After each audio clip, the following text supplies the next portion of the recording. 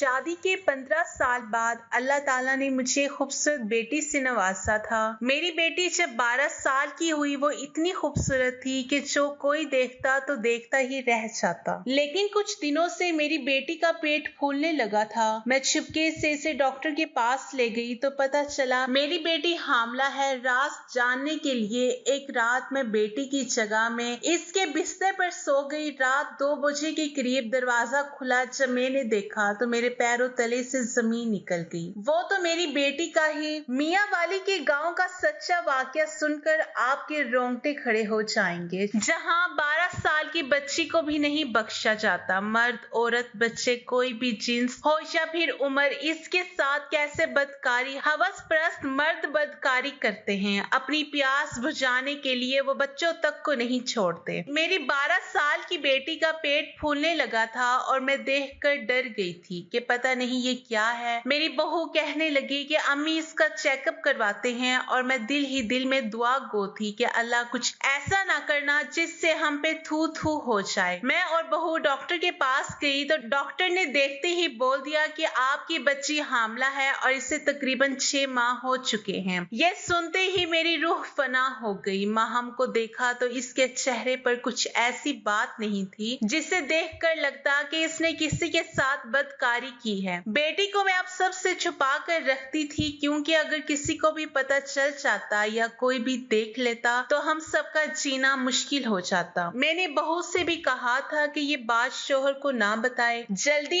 इसका कोई ना कोई हल निकालते हैं क्योंकि इस तरह तो गुजारा नहीं है। मेरी बहू मेरी बात समझ चुकी थी। इसने मुझसे वादा किया कि वो माहम की ये बात किसी से नहीं करेगी। मुझे अपनी बच्ची के लिए हर वक्त डर सा लगा रहता था। एक दिन मैंने अपनी बेटी को स्टोर रूम में सुला दिया और खुद इसके कमरे में सो गई ताकि पता तो चले कि कमरे में कौन आता जाता है या फिर किसी ने बाहर से ही। मुझे इसके बिस्तर पर पड़े कुछ ही वक्त गुजरा था कि कदमों की आहट सुनकर मैं चौंक गई क्योंकि मेरी बेटी के साथ बदकारी करने वाला कोई और नहीं बल्कि इसका सगा। मेरा नाम अस्मा है। मेरी उम्र 20 साल थी जब मैं ब्याह कर ससुराल आ गई थी। मेरी 2 औलादें थी। पहली औलाद तो अल्लाह ने शादी के फौरन बाद दे दी जो कि लड़का था, मगर मुझे बेटी का बहुत शौक था कि अल्लाह करे मेरी बेटी हो। मैं भी इसके नाज नखरे उठाऊं, इससे बातें करूं, मगर मेरी बेटी नहीं थी। शोहर कई बार मुझे बोल चुके थे कि ये तो अल्लाह की देन है, तुम परेशान क्यों होती हो। अगर हमारे नसीब में बेटी का प्यार हुआ तो बेटी मिल जाएगी, वरना जो अल्लाह को मंजूर। तुम हर वक्त रोती ना रहा करो। हर काम में कोई ना कोई मुसलत छुपी होती है। हो सकता है इसमें कोई बेहतरी हो। रब के फैसलों पे यकीन रखना सीखो। मैं जब भी कभी बेटी का नाम लेती तो शोहर इस तरह मुझे समझाते थे। मैंने दूसरी औलाद के लिए बहुत मिन्नतें मुरादें मांगी थी। अल्लाह ने मेरी मुराद सुन ली थी और मैं हामला हो गई। इस वक्त मेरा बेटा 17 साल का था। पहली औलाद का इतने बड़े होकर दूसरी औलाद की खुशखबरी सुनना थोड़ा मायूब था, मगर मैं खुश थी कि मेरे बेटे की अब बहन हो गई। 9 माह मेरे बहुत मुश्किल से गुजरे थे।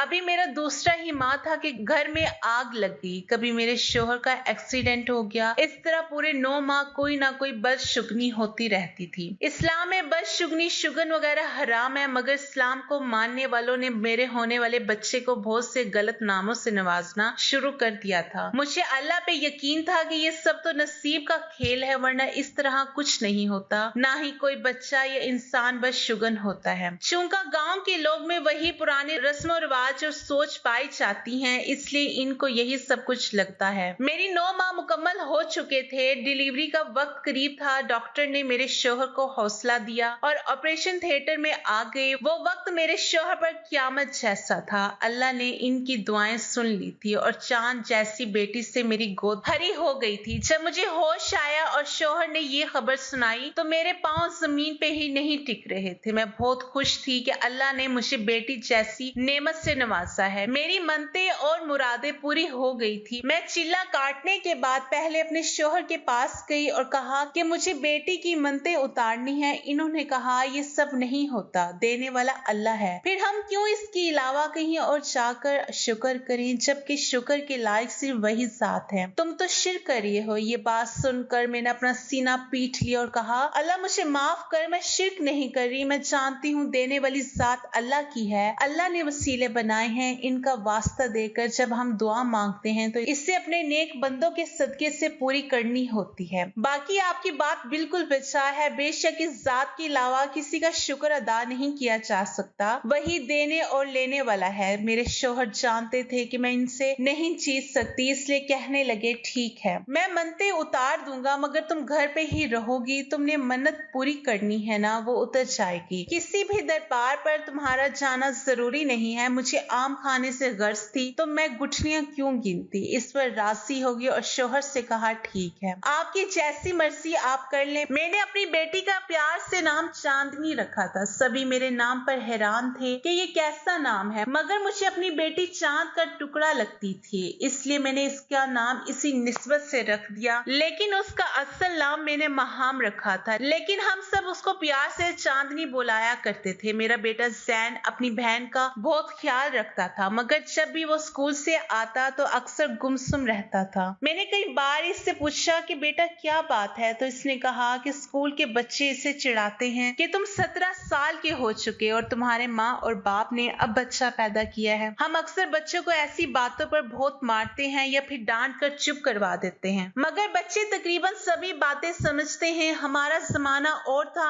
आज के बच्चों के खुद के मसाइल ही इतने हैं कि वो अक्सर डिप्रेशन का शिकार रहते हैं। जब जैन ने मुझे ये बात बताई तो एक पल को मैं कांप गई कि अपने बेटे को बताने के लिए मेरे पास कुछ नहीं था। फिर कुछ सोचकर मैं इसके पास बैठ गई और मैंने इससे बताया कि बेटा ये तो अल्लाह की देन है और तुम्हें खुश होना चाहिए, तुम्हारी बहन आई है जिससे तुम हर दुख सुख बांट सकते हो। जब वो बड़ी होगी मैंने इसे समझाया कि जैन अगर कल को मैं और तुम्हारे अब्बू इस दुनिया में ना रहे, तुम अकेले होगे, तुम्हें कोई परेशानी होगी तो तुम लोगों से बांटते फिरोगे। इसने कहा नहीं अम्मी, तो मैंने इससे मजीद समझाया कि बच्चे तब तुम वो बात अपनी बहन से कर सकते हो, वो किसी को नहीं बताएगी और तुम्हारा ख्याल रखेगी जैसे मैं रखती हूँ। अपनी बहनों के लिए भाई बहुत प्यारे होते हैं। जैन मुतमईन हो चुका था, यानी इससे मेरी बात समझ आ चुकी थी। चांदनी से हम सब बहुत प्यार करते थे, वो दिन ब दिन खूबसूरत होती जा रही थी, यूं लगता था गोया जमीन पर चांद उतर आया हो। मैं रोज इसकी नजर उतारती थी। एक बार चांदनी 7 साल की थी कि इसे बुखार हो गया। हमने गांव मियां वाली के सब ही शहर छान मारे, डॉक्टर से इलाज करवाते रहे, मगर इससे आराम ना आया। तंग आकर गांव में एक माई थी जिसका नाम बहुत सुन रखा था, वह बच्चों को दम करती थी। मैं चांदनी को लेकर वहां गई तो माई मेरी बच्ची को देखते ही कहने लगी कि अस्मा इसका चेहरा छुपा कर रखा करो, किसी दिन तुम्हारी ये बच्ची किसी अपने के हाथों तबाह हो जाएगी, छोटी उम्र में ये तुम्हारा मुंह काला कर देगी। शौहर इस वक्त साथ थे, वो चांदनी और मुझे लेकर फौरन घर आ गए और मुझे खूब डांटा कि मैं कैसे कैसे लोगों के पास इनकी बेटी को लेकर जा रही हूँ। इस माई की बात सुनकर मैं डर चुकी थी, मुझे अपनी बच्ची के नसीब से डर लगने लगा था। इसके स्कूल जाने और पढ़ने के दिन थे। माई की बात सुनकर मैंने इसे स्कूल भी ना जाने दिया और घर बैठा लिया। मेरे शौहर ने इस बात पे खूब शोर मचाया, मगर मैं अपनी बात से एक इंच नहीं लही। चांदनी अब समझदार हो चुकी थी, इसकी उम्र 9 साल थी। वो अक्सर घर से बाहर खेलने के लिए जाती और घंटों आकर रोती कि बाहर बच्चियां इसका मजाक उड़ाती हैं कि वो अनपढ़ है। मैं अपनी बच्ची का दुख समझती थी, मगर एक माँ होने के नाते मैं क्या कर सकती थी। जैन ने भी बहुत जिद की थी कि मैं गलती कर रही हूँ, वो अपनी बहन को खुद स्कूल छोड़कर आया करेगा और लेकर भी आया करेगा, मगर मैंने इजाजत ना दी। जैन 26 साल का हो चुका था, बेटा जवान हो चुका था, इसने एमए तक तालीम हासिल कर ली थी और शहर के सबसे बड़े किसी दफ्तर में काम करता था। कई बार इसके रिश्ते घर आ चुके थे, मगर मुझे अभी तक वो छोटा सा जैन ही लगता था। कई बार मुझे रिश्तेदारों में लोगों ने कहा कि बेटे की शादी जल्दी कर लो, वरना ऐसा ना हो कि वो बगैर बताए शहर में कहीं छुपकर शादी कर ले। ये बात सुनकर मैंने बेटे के रिश्ते देखना शुरू कर दिए। जब जैन को पता चला तो इसने कहा अम्मी आप जहाँ कहेंगी कर लूंगा। मेरे शौहर की तबीयत भी खराब रहने लगी थी। इन्होंने बेटे का रिश्ता गांव में ही तय कर दिया। लड़की पढ़ी लिखी नहीं थी। मैंने जब इसरार किया तो शौहर कहने लगे कि मैं अब जबान दे चुका हूँ और लड़की अच्छी है, हमारी खिदमत करेगी, जैन को भी खुश रखेगी, तुम्हें किस बात का डर है। चांदनी भाई की शादी का सुनकर बहुत खुश हो गई थी। इस वक्त वो 12 साल की थी जब जैन की हमने शादी कर दी और रिहाना को बहू बनाकर घर ले आए। रिहाना घरदारी में माहिर थी। शादी के 2 माह में वो हम सबका दिल जीत चुकी थी। मैं तो इससे दुआएं देती ना थकती थी कि चलो अल्लाह ने इतनी इतनी सुगर बच्ची मेरे बेटे की दुल्हन बना दी। चांदनी हर वक्त भाभी भाभी करती रहती। रिहाना के आने के बाद भी जैन चांदनी को ज्यादा वक्त देता था, जैसे शादी से पहले देता था। रिहाना इस बात का हमसे शिकवा नहीं करती थी, मगर मैं ये बात इसके चेहरे से पढ़ चुकी थी। मैंने जैन को ये बात समझाई कि बेटा, इस बात का ख्याल रखो कि बीवी और बहन में कोई बात ना हो। तुम इसे ज्यादा वक्त देते हो और इससे कम। बेटे की शादी को 9 माह हो चुके थे, मगर मैंने नोट किया था जैसे मेरी बहू का अपने मायके आना जाना बहुत है। वो हर हफ्ते में 2-3 बार मायके का चक्कर लगा कर आती, जो बात मुझे बिल्कुल पसंद नहीं थी। मैंने बहू को मना किया तो इसने कहा, अम्मी, गांव में शादी करवाने का यही तो फायदा है, जब मर्जी अपने वालिदैन से मिलने चले जाओ। इसकी बात सुनकर मैं हैरान रह गई थी। बहू की बातचीत मुझे अब एक आंख नहीं भाती थी। मुझे ऐसा लगता था जैसे मैं कुछ ज्यादा सोच रही हूँ। एक दिन मोहल्ले में किसी के घर महफिल थी तो मैं वहां चली गई तो मुझे एक औरत ने कहा, अस्मा, तुम्हारी बहू रिहाना वडेरों के घर क्यों जाती है? तुम जानती नहीं हो वो लोग कितने खतरनाक है? पूरे गांव में इनकी दहशत है। तुम इससे मना क्यों नहीं करती? ये बात सुनकर मैं डर गई थी, क्योंकि बहू ने तो कभी वडेरों के घर में जाने का जिक्र मुझसे किया ही नहीं था। घर आकर भी मैं ये बात सोचती रही, मगर मुझे कोई जवाब ना मिला। चांदनी भी इन दिनों चुप चुप सी रहने लगी थी। इसकी रंगत पीली पड़ने लगी थी। मैं बच्ची को देखकर परेशान थी और डॉक्टर के पास ले जाना चाहती थी तो बहू ने रोक दिया कि वैसे ही ग़िज़ा की कमी है। 7-8 दिन खालिस ग़िज़ा अपनी नंद को खिलाऊंगी तो देखना अम्मी कैसे ठीक होती हैं। मैं इसकी बात सुनकर मुतमईन हो गई थी। चांदनी को बहू पिछले 7 दिन से ताकत की ग़िज़ा खिला रही थी, मगर वो थी कि दिन ब दिन सूख कर कांटा बनती जा रही थी। मेरी बहू मुझसे पूछकर इसे अपने घर ले गई कि अम्मी, इसका वहां दिल बहल जाएगा। मैंने भी बच्ची की इजाजत दे दी कि चलो ले जाओ। चांदनी तो चांद का टुकड़ा थी, मगर अब इसको देखकर कोई कह नहीं सकता था कि ये पहले वाली चांदनी है। दिन गुजरते जा रहे थे और इसकी तबीयत में कोई फर्क नहीं आया। मैंने कई बार शौहर से इस बात का जिक्र किया तो कहने लगा, शहर ले चलते हैं, जैन जिस दिन घर आता है। जैन अब हफ्ते 10 दिन के बाद घर आने लगा था। दफ्तर में शायद काम बढ़ चुका था। चांदनी का जन्मदिन था। वो पूरे 12 साल की होने वाली थी। इसके जन्मदिन में 1.5 माह रह गया था। मैं और मेरे शौहर बहुत खुश थे, मगर चांदनी पहले की तरह अपने जन्मदिन का सुनकर खुश नहीं हुई थी। वो हर वक्त एक ही सिमत में घूरती रहती थी। कोई भी बात करे तो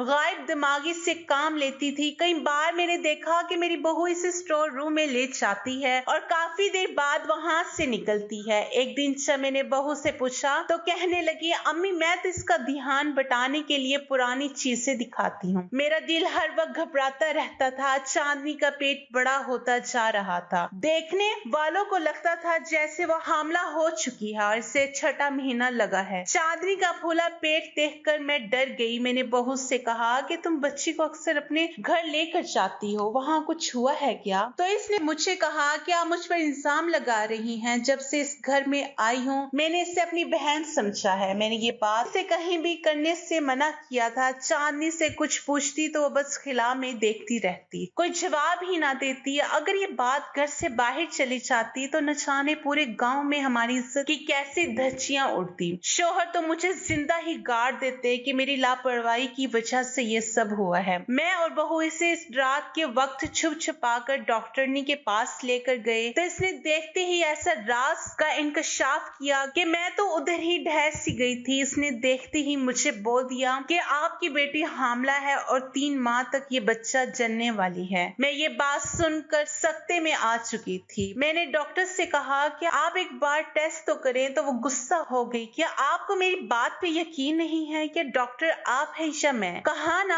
आपकी बच्ची हामला है। पहले ध्यान नहीं देते। जब औलाद ऐसे चांद चढ़ाती हैं तो डॉक्टर्स को झूठा कहते हैं। डॉक्टर ये बात कहकर चली गई। मैं वहीं सर पकड़कर बैठ गई। चांदनी को मैं और बहू घर ले आए। इसके बाद ज्यादातर मैं कमरे में ही रखती थी। जैन इसका जब भी पूछता मैं झूठ बोल देती और अपने शौहर से भी कहती कि वो अपनी खाला की तरफ रहने गई है। कुछ दिन तक लौट आएगी। बहू बहुत खुश थी क्योंकि जैन इसे शहर लेकर जाने वाला था। इसने मुझे कहा कि अब ऐसे मेरा गुजारा नहीं है, रिहाना को मैं लेकर शहर जाऊंगा, कुछ दिन बाद आपसे मिलने आता रहूंगा। मैं तो रो रही थी कि बेटा बीवी को लेकर अलग हो चुका है और चांदनी मेरी इतनी खूबसूरत बच्ची को पता नहीं किसकी नजर लग गई, इतनी छोटी उम्र में हामला। मैंने कई बार चांदनी से सच पूछा मगर वो गायब दिमागी से सब सुनती रहती थी। मैं बहुत परेशान थी। इस दिन सोने के लिए लेटी तो झट से मुझे वो माइक याद आ गई जिसने चांदनी को बुखार का दम किया था, जिसने कहा था कि मैं अपनी बेटी को छिपा कर रखूं वरना ये औलाद मेरा मुंह काला करेगी। इसी माई की बात बिल्कुल सच थी। जिस औलाद के लिए मैंने इतनी दुआएं की वही बुढ़ापे में मेरी ख्वारी का सबब बन रही थी। सुबह नाश्ते के बाद मैं बहू से झूठ बोलकर उस माई की तरफ आ गई। हो सकता है वो मेरी मदद करे और किसी तरह मेरी जान इस मुश्किल से निकल आए। मगर मुझे इसके ठिकाने पर आकर पता चला कि वो तो दूसरे गांव जा चुकी हैं। मैं बेदिली से घर लौट आई और बहू से कहा कि मुझे डॉक्टरनी के पास ले चलो, हो सकता है वही मदद करे। मैं और बहू जब इसके पास आए इसने मेरी बच्ची का बच्चा जाया करने से मना कर दिया कि ये गैर कानूनी काम है और दूसरा इसमें आपकी बच्ची की जान को खतरा है, वो भी बहुत छोटी है। मैं परेशान हालत में घर आ गई। समझ नहीं आता था कहां से अपनी औलाद की खुशियां मांगू। मैंने दोबारा अल्लाह से रो रो के दुआ की और साथ ही मन्नत मांग ली। इस दिन फिर इससे माई की तरफ गई और अल्लाह की करनी ऐसी हुई कि दूसरे गांव में वो मुझे आसानी से मिल गई। जब मैंने इसे सारा किस्सा सुनाया तो इसने मुझे एक दवा दी कि ये बच्ची को पिला और इसके साथ ही बच्ची के बिस्तर पे खुद सो जा, तुझे पता चल जाएगा कि तेरी बच्ची कैसे हामला हुई है। अस्मा, मैंने कुछ साल पहले तुझे कहा भी था कि बच्ची पे ध्यान रख, तूने मेरी बात नहीं मानी। अब भुगत रही है ना। मैं घर आकर चांदनी को दीवार पिला चुकी थी और इसे बहू से छिपाकर स्टोर रूम में सुला दिया और खुद जाकर इसके बिस्तर पर सो गई। आधी रात गुजर चुकी थी मगर अभी तक चांदनी की तरफ ध्यान था। पता नहीं वो ठीक हो गई या नहीं। अगर किसी को पता चल गया तो क्या होगा और कल को मेरा बेटा बहू भी शहर चले जाएंगे। मैं इसी सोच में गुम थी कि कमरे में कदमों की आहट सुनाई दी। मैं दम सारे लेटी रही थी। कुछ ही मिनट के बाद कमरे में धुआं फैलना शुरू हो गया जो मेरे दिमाग को चढ़ा तो मैं फौरन चौंक कर उठी। इस वक्त मेरे कमरे में कौन हो सकता था? मगर जो ही मैं उठी मेरी रूह लरस गई क्योंकि इस वक्त कमरे में कोई और नहीं बल्कि आधी रात को चांदनी की सगी भाभी रिहाना थी। वो मुझे देखकर डर गई। मैंने कमरे की बत्ती जलाई तो इस वक्त इसके हाथ में कोई मीठी चीज थी। मैं गुस्से से इसे पूछने लगी कि तुम यहाँ चांदनी के कमरे में क्या कर रही हो और ये धुआं किस चीज का है? मेरी बात सुनकर वो साफ मुकर गई मगर मैं जान चुकी थी कि चांदनी की इस हालत के पीछे रिहाना है। मेरी आवाज सुनकर जैन और मेरा शौहर भी वहां आ गए। बेटे ने आते ही कमरे की खिड़कियां खोली ताकि धुआं बाहर निकले। इसके हाथ से मैंने खाना लेकर फेंक दिया और कहा, सच बताओ रिहाना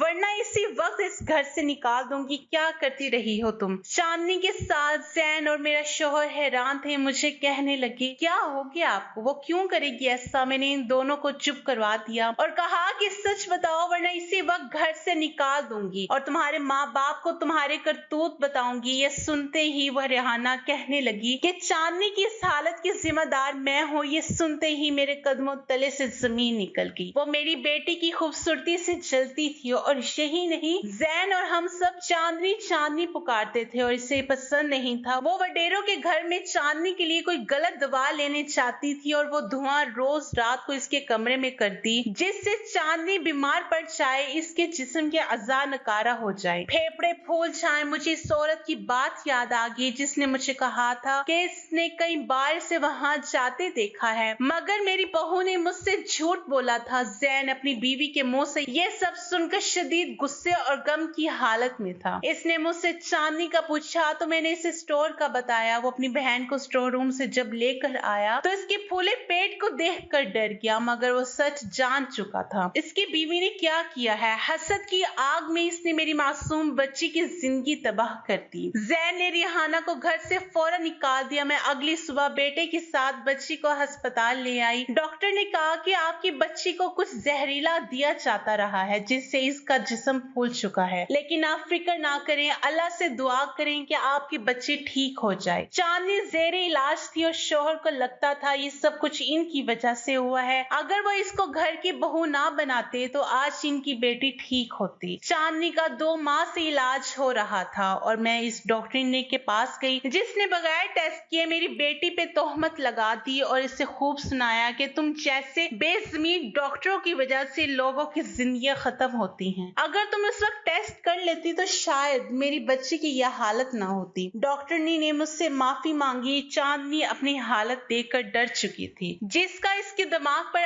असर हुआ था और वो किसी से बात भी नहीं करती थी। मैंने इस्माइल से भी चांदनी का इलाज जारी रखा था। मेरी बहू हसद की आग में इतनी अंधी हो चुकी थी कि इससे मेरी बेटी की मासूमियत भी नजर न आई कि एक 12 साल की बच्ची से इसे क्या खतरा हो सकता है। वो तो भाभी भाभी कहती ना थकती थी। मैं और शौहर बहू को माफ कर चुके थे मगर मेरा बेटा इसे माफ करने को राजी नहीं था। इसकी बहन ने इसकी बीवी की दी हुई इतनी तकलीफ बर्दाश्त की थी। फूलों से पली नाजुक बच्ची को इसने कांटों जैसा दर्द दिया था। जिस रिश्ते को हसद रिश्ते को खा जाता है। हर इंसान को वही मिलता है जिसकी वो कोशिश करता है और मोहब्बत तो कमानी पड़ती है या फिर नसीब की बात होती है। इसी तरह हसद और बदले से हम कभी भी किसी का दिल नहीं जीत सकते बल्कि दिलों से उतर जाते हैं। जैसे मेरी बहू उतर गई थी। इसकी गलती को हमने माफ तो कर दिया था क्योंकि वो मेरे बेटे के बच्चे की माँ बन चुकी थी मगर दिलों में आई खलश को कोई भी खत्म नहीं कर सकता था। इसलिए कभी भी किसी का घर बर्बाद करके इस पर अपने घर की बुनियाद ना रखें। तो दोस्तों ये थी आज की हमारी कहानी। वीडियो अगर पसंद आए तो लाइक और शेयर जरूर कीजिएगा और हमारे चैनल को जरूर सब्सक्राइब कीजिएगा ताकि हर आने वाली वीडियो का नोटिफिकेशन बर वक्त आपको मिल सके। शुक्रिया।